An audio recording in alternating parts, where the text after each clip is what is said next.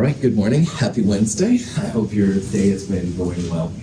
What we will do next Monday afternoon, first of all, problem set number 4 will be due. We'll take seminar self-quiz number 4.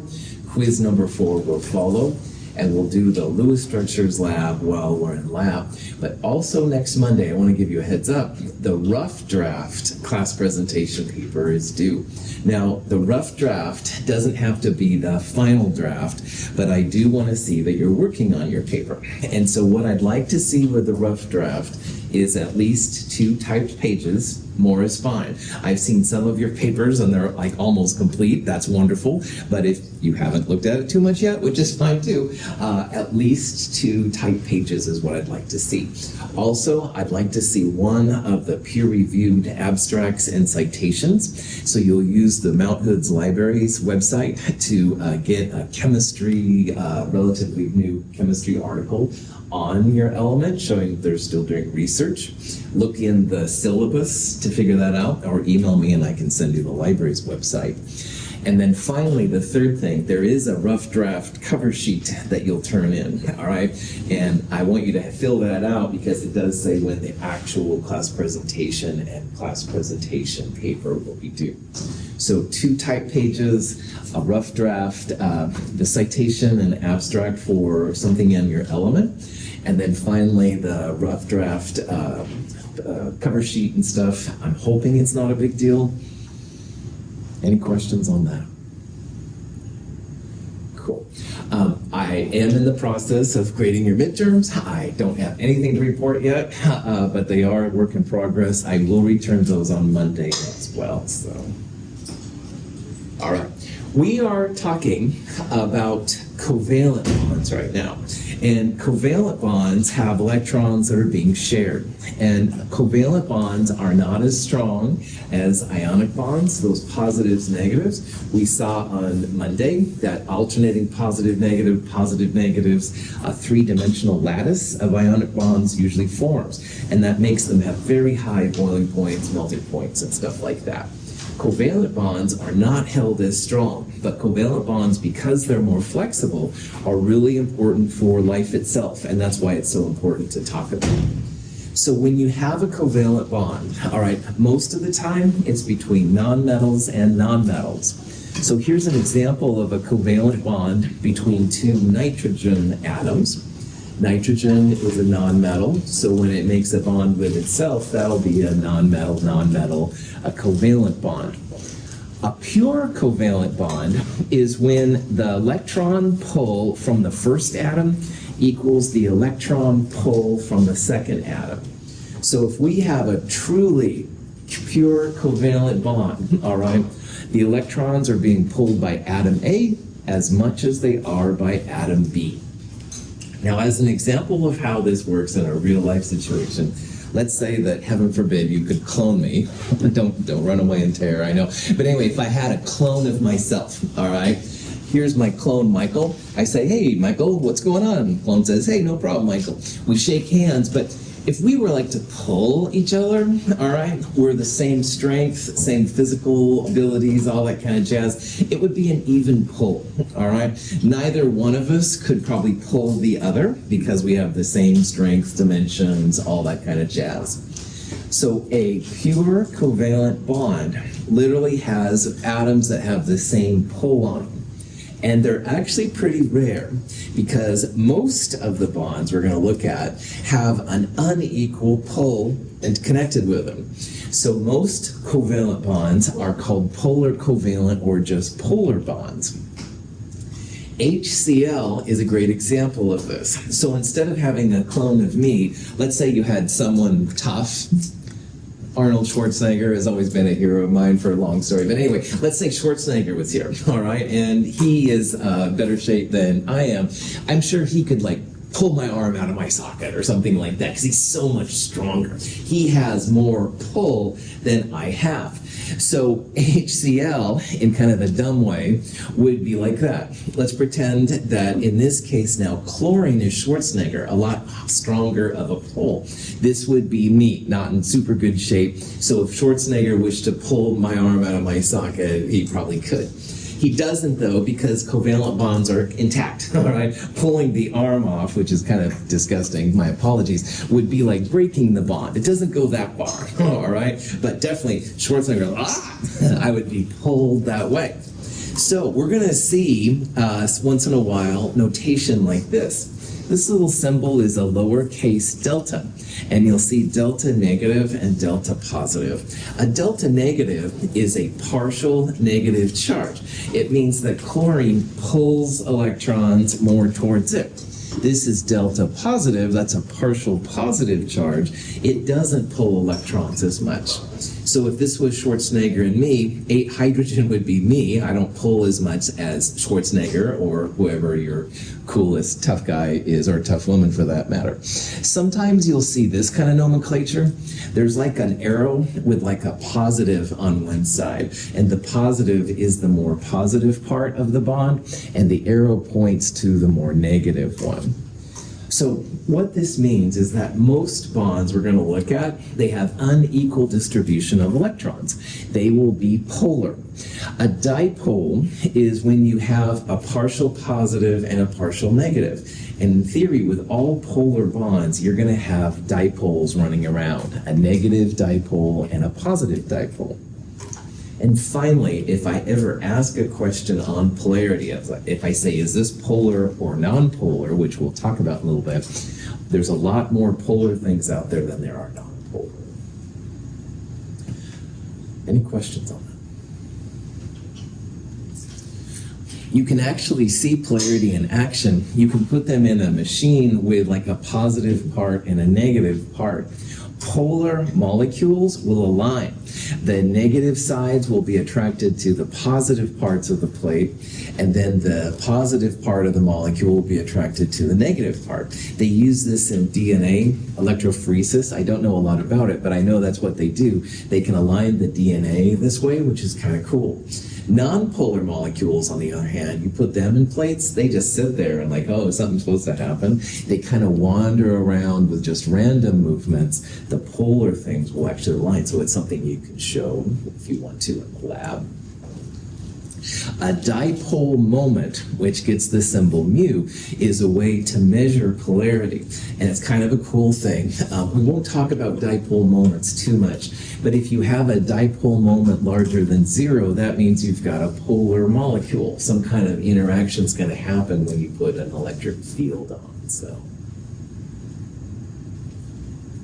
So electronegativity was something I mentioned very briefly in chapter 3. It is one of the periodic trends you can use the periodic table to predict. And electronegativity is the way to figure out which atoms pull more and which atoms pull less. So earlier, I showed a hydrogen and a chlorine bond, HCl. And these numbers here are the actual numbers of electronegativity. By the way, electronegativity gets that chi symbol. It looks like an X, and you can use an X, but it's technically another one of these Greek letters. Anyway, look at the numbers. Chlorine is 3.0 and hydrogen's 2.1. The bigger electronegativity number means it wants electrons more than the smaller electronegativity. So hydrogen is going to lose out compared to chlorine. On the other hand, the most electronegative of all is fluorine. Fluorine has the highest electronegativity value. So it wants electrons more than anything else. All right. So if chlorine and fluorine make a bond, this one will be the positive side. It's a smaller electronegativity than the fluorine side. Periodic trends for this one, they increase up and to the right, with fluorine being the most electronegative. The noble gases are not included because they don't usually make any kind of bonds at all. However, if they would, they're usually much less than these elements right here. Fluorine is the most electronegative, followed by oxygen, and nitrogen and chlorine are about the same. And if you know that, then and the trends, you should be good to go. Yeah. So this is on the scale of individual atoms. Do polyatomic ions also function similarly? You bet. These are just for like two atoms together, but you can combine them into a molecule, and that's what we'll talk about here in a little bit, Brian. Excellent. Excellent segue. So hold that comment. Other questions? Fluorine has the maximum electronegativity, and the lower electronegativity in a bond will be the more positive part. And again, like Brian suggested there, and we'll talk about this, it definitely applies to molecules as well. All right. The bond type is where this comes in. So if it's truly pure covalent, all right, which we'll call nonpolar, you're going to have a pretty small difference between electronegativities. Most of the bonds we're going to talk about will be polar covalent, which we'll call polar, and that just means that something is pulling electrons more than the other ones. Some people will also use electronegativities to talk about ionic bonds. We're just going to think of them as metals and nonmetals. But anyway, this is something that sometimes people go crazy about. The interesting thing for us is we're going to see that a lot of the molecules, including the polyatomic ions that Brian just mentioned, the center of the molecule is often the atom of lowest electronegativity. So we'll come back to that here in a little bit. So in this class, ionic bonds, usually the metals and nonmetals, positive, negative. We're going to see two types of covalent molecules, all right? The polar ones will when you have unequal types of electronegativity, so H and Cl, or Cl and F for that matter. On the other hand, the pure covalent, which we'll usually call nonpolar, those are only usually just between atoms that are the same. So like H and H, or N and N, or Cl and Cl, but it wouldn't be between H and Cl because they're different kinds of things. So here's a question you might see. It says, which of the following is arranged correctly in order of increasing electronegativity? Now, earlier I stated what the most electronegative element was, and what element was that? Fluorine, exactly. So on the periodic table to answer this, you just want to go up and to the right where fluorine is the most electronegative of all. So if this is increasing electronegativity, fluorine's going to have to be the last one because it's the most electronegative. And you can probably imagine if aluminum's on here, aluminum is more of a metal, all right? So aluminum is probably going to be the beginning. So to figure this out correctly, here's aluminum.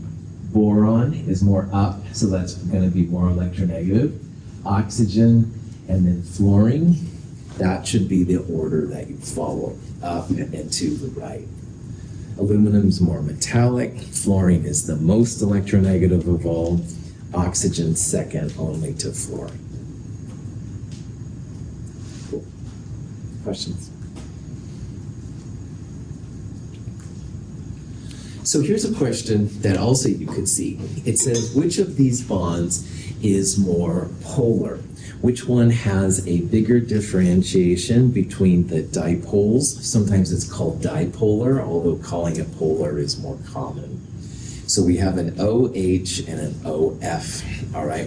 And the ultimate way to do a problem like that is to look up those values of electronegativity. So oxygen is 3.5, hydrogen is 2.1, and fluorine is 4.0. So it's the difference in electronegativities that will determine how polar something is. And both of these are polar bonds, definitely. But the interesting thing here, the bigger electronegativity is going to be the more negative side. So in OH, the oxygen is more negative, but in OF, F has a bigger electronegativity, so fluorine is going to be the negative side. So in this case, OH is more polar. It has a bigger electronegativity difference than OF. But the other cool thing about this, at least from my perspective, is that while oxygen is the negative part in OH, the bigger electronegativity, O is the positive part. It has a smaller electronegativity value. It's going to be kind of the positive part, which is pretty interesting. So, any questions? Does dipolar mean more polar? Dipolar just means that there would be two poles, like two polarities. So dipolar is basically just a way to say polar, but it doesn't necessarily mean like more polar. Good question. It just means that it has a polar moment, like the delta chi is appreciable.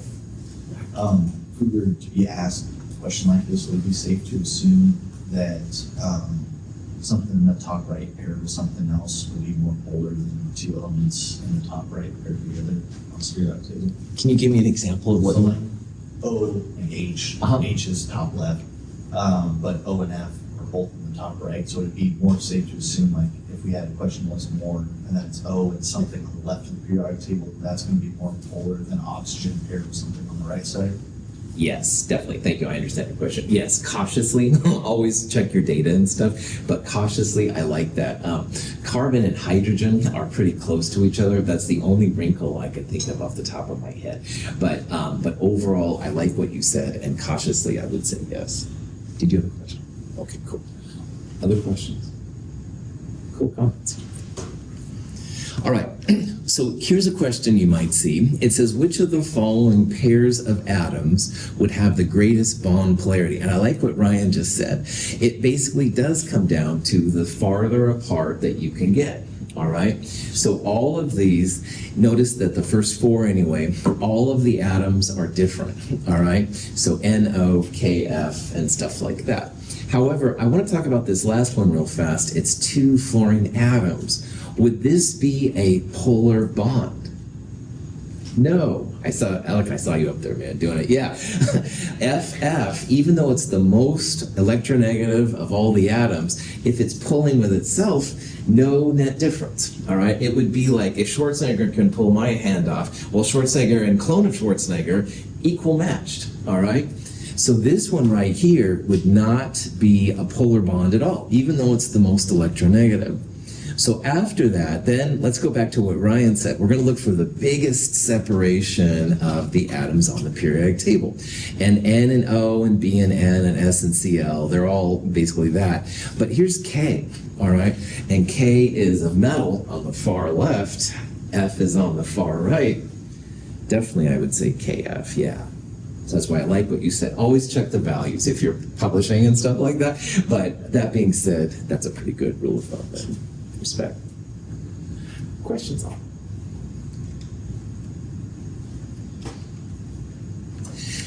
Lewis, G.N. Lewis, was one of the first great American chemists. In America, the science was pretty rough, and Lewis and this other guy named Gibbs were some of the first cool American chemists to kind of walk around.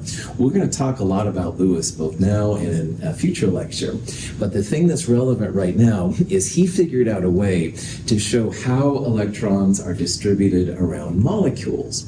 And so a Lewis electron dot structure, or what we'll usually call just a Lewis structure, and by the way, note that next week's lab is all about Lewis structures, are very cool for chemists, all right? They show how electrons are distributed around molecules, and it works pretty well. So in a Lewis structure, all right, you're going to talk about only the outermost electrons, which we'll call valence electrons. And those valence electrons, those outer electrons, will be distributed in the structure as two types of pairs of electrons. They can be a bonding pair, and they can be a lone pair. So on Monday, Gabe was my cool, unwilling, but still cool assistant. We shook hands. I was doing the thing. I won't do that to Gabe again. When I was shaking hands with him, that was a bonding pair, all right? One electron came from each atom, or we each had a hand that went together to make a handshake. That's what a bond pair is. It's a bond between two atoms. But a lot of these atoms also will have two electrons that stay on the atom, and they're not used in bonding. And those will be called lone pairs. And we'll abbreviate these sometimes as BP and LP.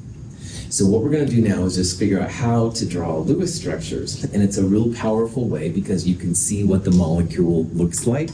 We'll come back to Brian's comment about the polarity of molecules too in a little bit. Questions?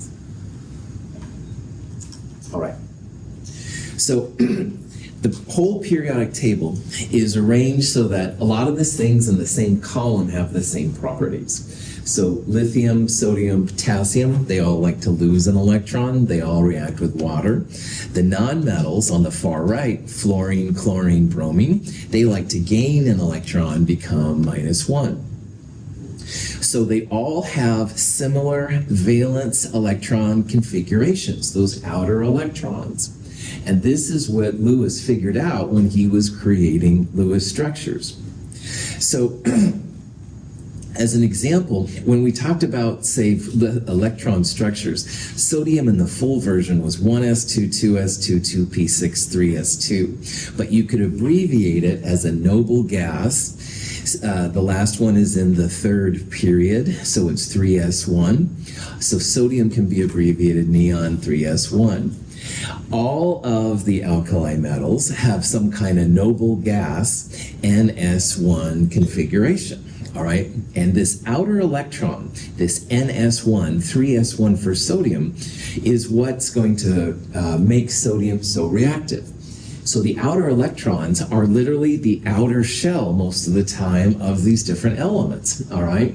And you can always find out how many valence electrons there are by looking at their group number. So if you look at the quote-unquote American version of the periodic table, all of the alkali metals are group 1A. They all have one valence electron. For sodium, it would be the 3s1. For lithium, it would be the 2s1, etc., etc. Likewise, over here on the right side, fluorine, chlorine, bromine, iodine, etc., they're in group 7A.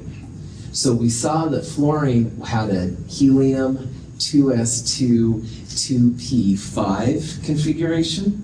If you add up the 2 of 2s2 and the 5 of 2p5, 7 valence electrons. And all of the halogens will have 7 valence electrons. And this is why I like the quote-unquote American version of the periodic table, because literally the number, in this case 7, equals the number of valence electrons. It doesn't mean you can't use the international version and stuff like that. There's just some different ways to configure it. But all of that group 7A, they all have 7 valence electrons. And again, the valence electrons are what we're going to use to build these Lewis structures. So the punchline, all right, of this whole thing is that number of valence electrons equals the group number. So oxygen in group 6, 6 valence electrons. Nitrogen in group 5, 5 valence electrons. All the other electrons we'll call core electrons, and they just kind of sit there and don't do anything. So if you look, for example, at oxygen, then it's in group 6, 6 valence electrons, but oxygen has 8 electrons total, 8 minus 6, 2 core electrons. Now, on the other hand, selenium down here is also group 6, so it has 6 valence electrons, but since it has 34 electrons total, 34 minus 6, 28 core electrons. So as the atoms get bigger, they have more and more core electrons, but we're just going to focus on the outer electrons, those valence electrons. Would it be the same for the transition and intertransition metals? Transition metals don't usually make covalent bonds. That's a really good question. Transition metals have another kind of bonding. We'll talk about that in Chem 223. But for right now, if you see one of these, it's probably not going to apply to what we're studying, I'll be honest. And we will talk about that more in the spring. But for right now, we're mostly just looking at non-metals and once in a while, the main group metals. Good question. So Anastasia, they do make types of bonds like this, but it's a little bit different, and we'll talk about that later. Excellent question. Same for lanthanides and actinides. Yeah, right. How does that interact with the metals that are kind of in between, like aluminum or something? That's kind of a metal and kind of part of the main group. So for right now, we're going to assume that they all make covalent bonds wherever they are. All right, aluminum, even tin will do that because it kind of touches it and stuff like that. If you have ionic, that's when you jump back to, well, most of the time these things are +3 and stuff like that. Or you'd use the variable charge Roman numeral transition thing to figure out what the charges would be. But for what we're talking about right now, if I said what's the how many valence electrons, you would literally just look in the group number, all right, to tell. So in the big world, though, you have to be careful of that, Brian. Other questions? Okay. So here's the kind of question you might see. It's about phosphorus, all right? And phosphorus on the periodic table is number 15, and it says how many valence electrons does phosphorus have? So of those 15 electrons, because neutral phosphorus would have 15 protons and 15 electrons, of those 15 electrons, not all of them are involved with bonding. So phosphorus trichloride, or phosphoric acid even for that matter, not all of those electrons will be bonding. So how do we tell how many valence electrons phosphorus has? Group number, that's right. And again, if you're using the quote-unquote American version, it's very easy. Phosphorus is in group 5, so it should have 5 valence electrons. And if you want to use the international version, you can. It's number 15, so you go 15, I think nitrogen, phosphorus, they're number 15. So 15 minus 10 would be how you find it out. Americans don't usually want to subtract 10. I don't know why. I don't know. I'm just the messenger. You can do it if you want to. Coke or Pepsi, free to choose. Questions besides Coke or Pepsi?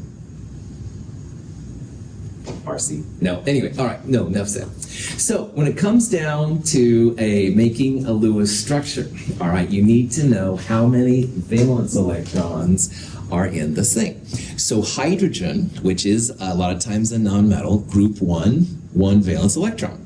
And chlorine, group 7, has 7 valence electrons. So there's 8 electrons total when you make the HCl molecule. So this is actually an example of a Lewis structure, all right? Now, this is important. Notice the nomenclature and the styles that are used. If you have a bonding pair where an electron comes from each atom, you use lines, all right? So HCl, they're sharing a pair. This is what I will call a bonding pair. And you do want to use lines for this. However, chlorine also has a lot of lone pair electrons on it that it's not sharing. These are my electrons. Fine, whatever, chlorine. Anyway, chlorine has 1, 2, 3 lone pairs on it. And you must use dots for lone pairs. So bonding pairs will always be lines. Lone pairs will always be dots. And this is a Lewis structure. All right, and if you just look at it, chlorine has a lot more electrons around it than hydrogen. And that makes sense because chlorine's really into electrons relative to hydrogen. More often than not, when you count up the number of pairs around a central atom, more often than not, it's going to equal 4. So around chlorine, this works great. 1, 2, 3 lone pairs plus 1 bonding pairs, 4 pairs around chlorine. Now, hydrogen only has 1 proton, so it's cool with having just a single bond. It won't have any lone pairs on it, except for one rare situation. So hydrogen is okay having just 1 shared bonding pair. But most atoms, oxygen, chlorine, carbon, stuff like that, they will usually have a total of 4 pairs total. Please do not use lines for dots. Please do not use dots for lines, all right? This is a big thing in chemistry. If you've seen other ways of doing it before, just use the standard version. All is well. Questions? For groups 1A through 4A, usually the number of bonding pairs equals the group number. So 1A, like hydrogen, will have just 1 bond. We're going to see some exceptions to all these rules. So group 2A could be beryllium, and beryllium a lot of times is happy with just 2 pairs. And boron or aluminum, as we'll see, sometimes is cool with 3. More often than not, though, they're going to be happy with 4. On the other hand, groups 5A through 7A, most of the time, their number of bonding pairs will be 8 minus the group number. Now, these will usually have lone pairs as well, but if they're talking about just the bonding pairs, 8 minus the group number. So hydrogen is in group 1A, it's happy with 1 bonding pair. On the other hand, chlorine is in group 7, 8 minus 7, it's usually going to have just 1 bonding pair. And that's a pretty good rule of thumb to follow. And again, more often than not, notice I'm not saying all the times, but more often than not, the bonding pairs plus lone pairs will equal 4.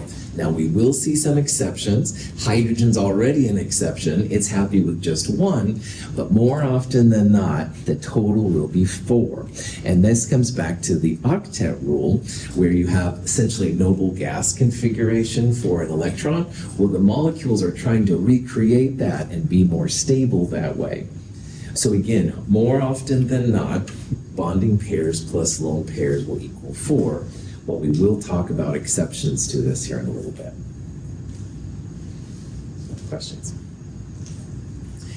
In Chem 104, in Chem 151, those kind of classes, bonding pairs plus lone pairs for almost all of them equals 4 with no exceptions except for hydrogen. But in the big kids class here, we're going to look at more of the exceptions and stuff and figure out like how they go together. So.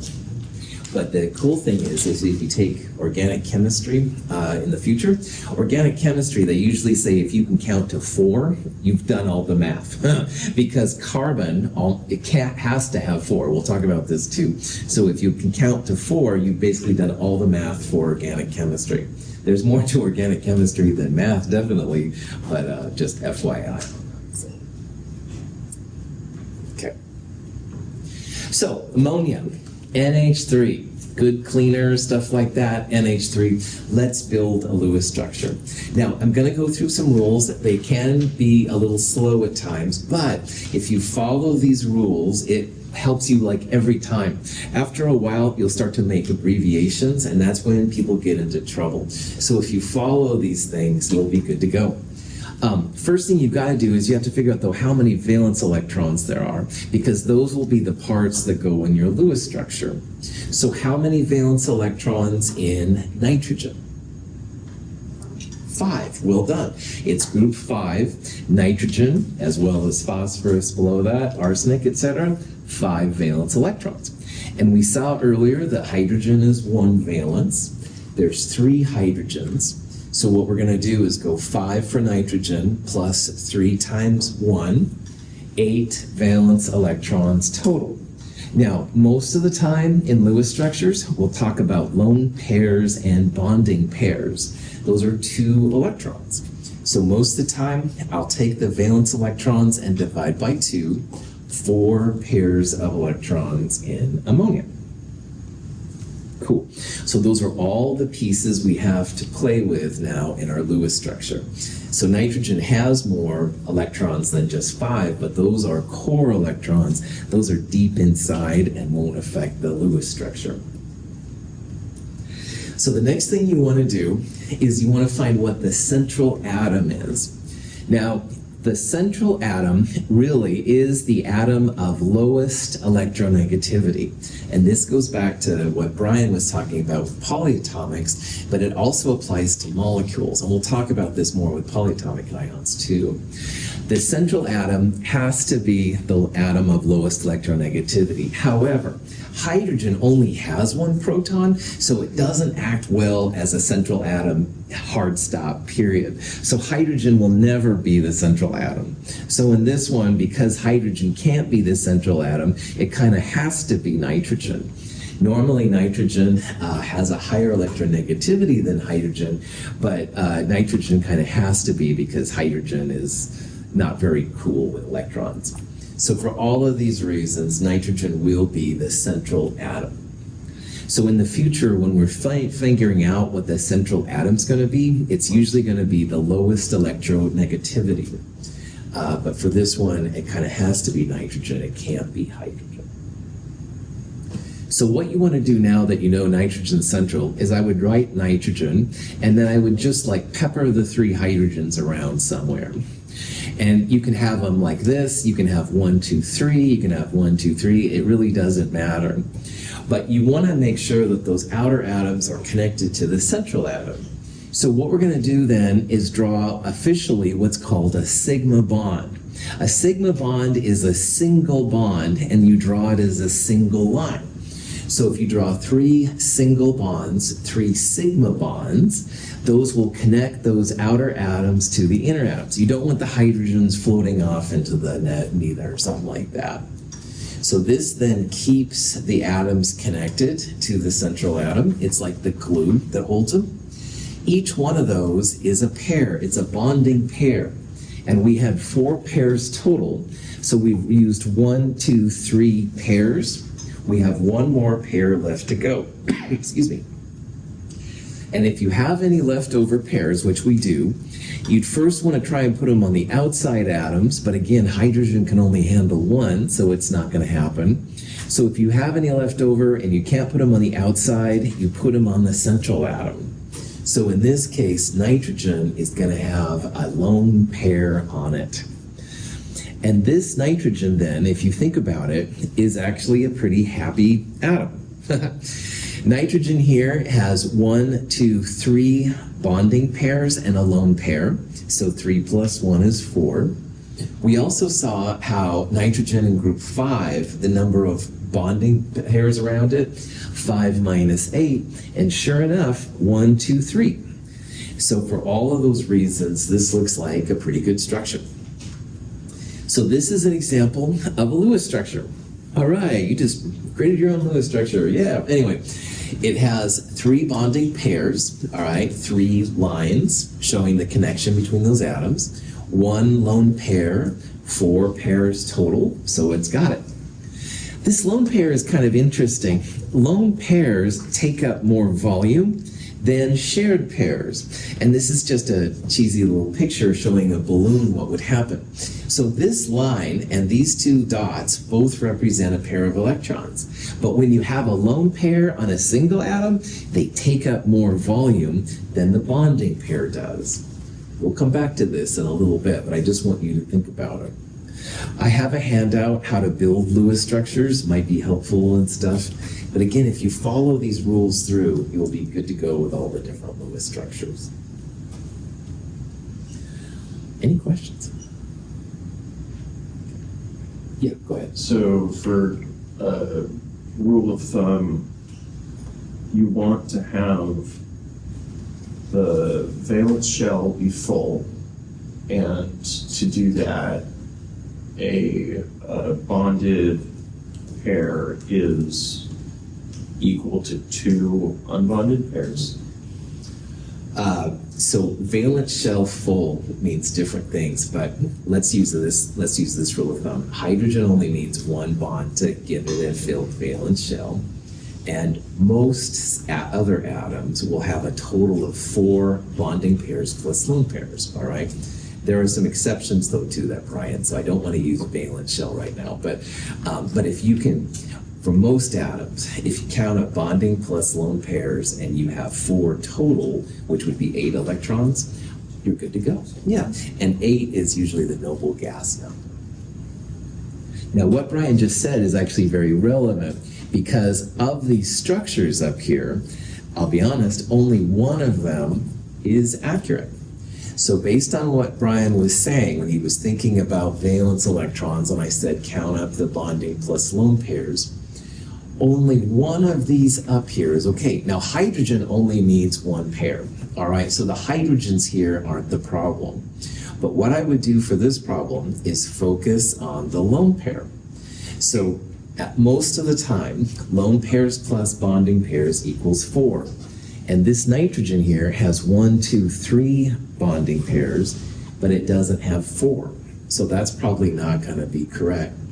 And this oxygen has only 2 bonding pairs.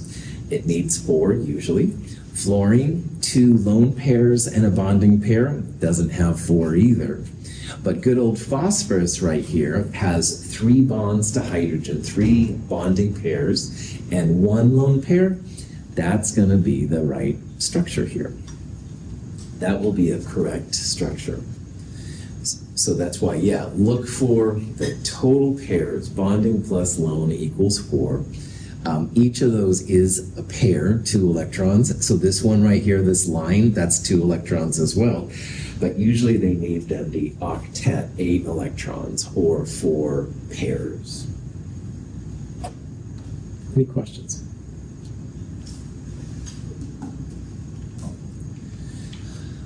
Sulfites are compounds found in wine, and if you're 21 and over, 19 in Canada, and you drink wine, just say no, kids, a lot of times sulfites can be found in wines. It's a preservative. And apparently some people have allergic reactions to sulfites, so if they drink wine, they have to find non-sulfite wine, et cetera, et cetera. But this is an example now of a polyatomic ion. All right, sulfate was SO4 minus 2. Sulfite has 1 less oxygen, SO3 minus 2. And we can find the Lewis structure for sulfite just like we can for ammonia. So let's do it. So first thing you want to do is find the central atom. You look for the atom of lowest electronegativity. Oxygen is second only to fluorine. So that means sulfur certainly has a lower electronegativity than oxygen. Sulfur is going to be the central atom. Now, big hint, structures are usually written with the central atom first, all right? So if I gave you a structure like CH4, CF4, carbon would be the central atom. So most of the time, sulfur, the first atom listed, will be your central atom, but it's always the atom of lowest electronegativity. Okay, so sulfur is the central atom. Next thing we got to do is count the valence electrons. Now both sulfur and oxygen are in group 6. 6 from the sulfur, and there are 3 oxygens, so 3 times 6 is 18. Now, this thing has a -2 charge. And remember, negative charges mean extra electrons, positive charges mean fewer electrons.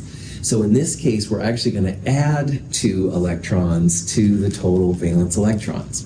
So if there's a negative charge, add electrons. If there's a positive charge, take away electrons. So 6 plus 18 is 24 plus 2, 26 valence electrons. We usually divide them by 2 though, because we have bonding pairs and lone pairs. This thing has 13 pairs of electrons for our Lewis structure. Any questions? Where did that came? Cool. All right, now that you know the number of valence electrons, we've got to connect the outer atoms to the inner. And again, what I would do is just draw the S. You can put the oxygens around in any orientation you want to. So in this case, I've got one at the top, left, and right. That's fine. Make a bonding pair to connect the outer atoms to the inner atoms. That just keeps the oxygens from floating away from the sulfur. Now each of those lines is a pair. So if there are 13 pairs total, now I have 13 minus 3, 10 pairs left. Now on the next slide, with the remaining pairs of electrons, I'm going to put lone pairs on the outer atoms first, which will be the oxygen. And if there's any left over, you'll put them on the inner atom, which in this case will be sulfur. We didn't have to worry about that with ammonia because hydrogen only has 1 bond, but here we definitely need to do something with them. So what I'm going to do is with my 13 pairs, I'm going to give each of the outer atoms an octet, 8 electrons or 4 pairs. So if I give this oxygen 1, 2, 3 lone pairs, now it has an octet. It has 1 bonding pair and 3 lone pairs for 4 pairs total. Happy oxygen. So 3 lone pairs to make that oxygen happy. I'll take 3 more of my 10 to make this oxygen happy, and another 3 to make this oxygen happy. So these oxygens then all have their octet, but if you've been counting electrons, we have 1 more pair left to go. And so any that are left over will go on the central atom, which in this case is sulfur. So this structure right here then shows how all of our electrons have been distributed around the molecule. And at this point, every atom has an octet. It has 1, 2, 3, 4 pairs around it. Oxygen has 3 lone and 1 bonding. Sulfur has 3 bonding and 1 lone pair. All right? But they're all happy atoms. Yeah. This is a little bit of an aside, but why would a structure like that act as a good preservative? I honestly don't know. Good question, man. Sulfite, again, I've never made wine.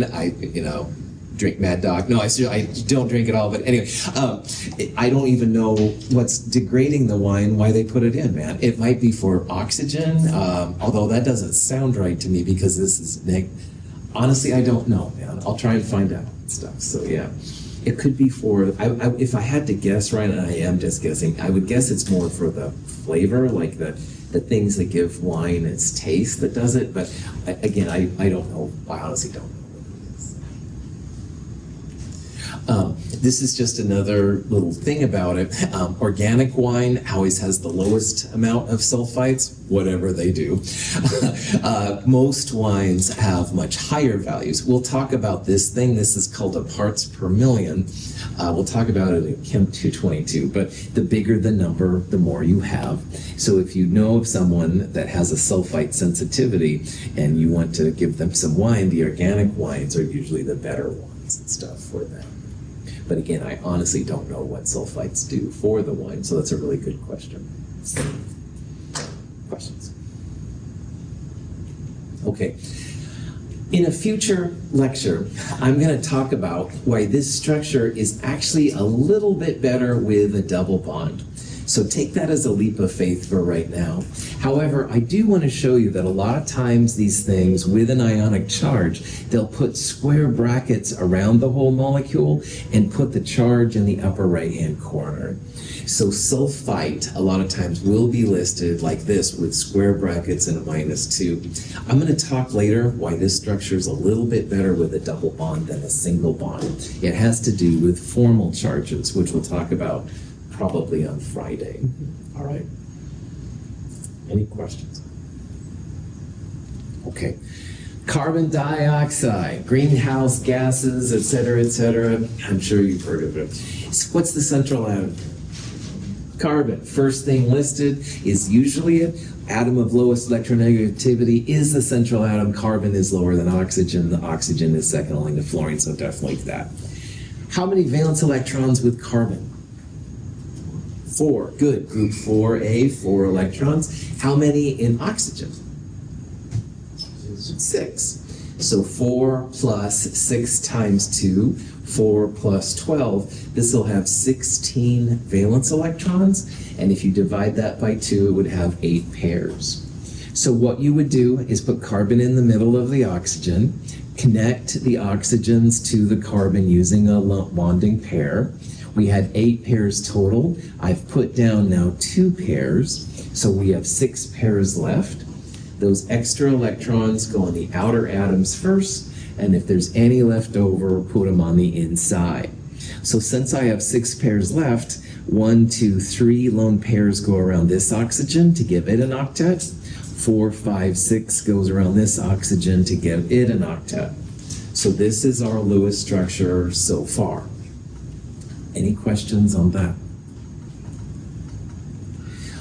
But there's a problem here because the oxygens have their octet, but carbon only has 1, 2 bonding pairs, and carbon wants to have that octet, that 4 pairs as well.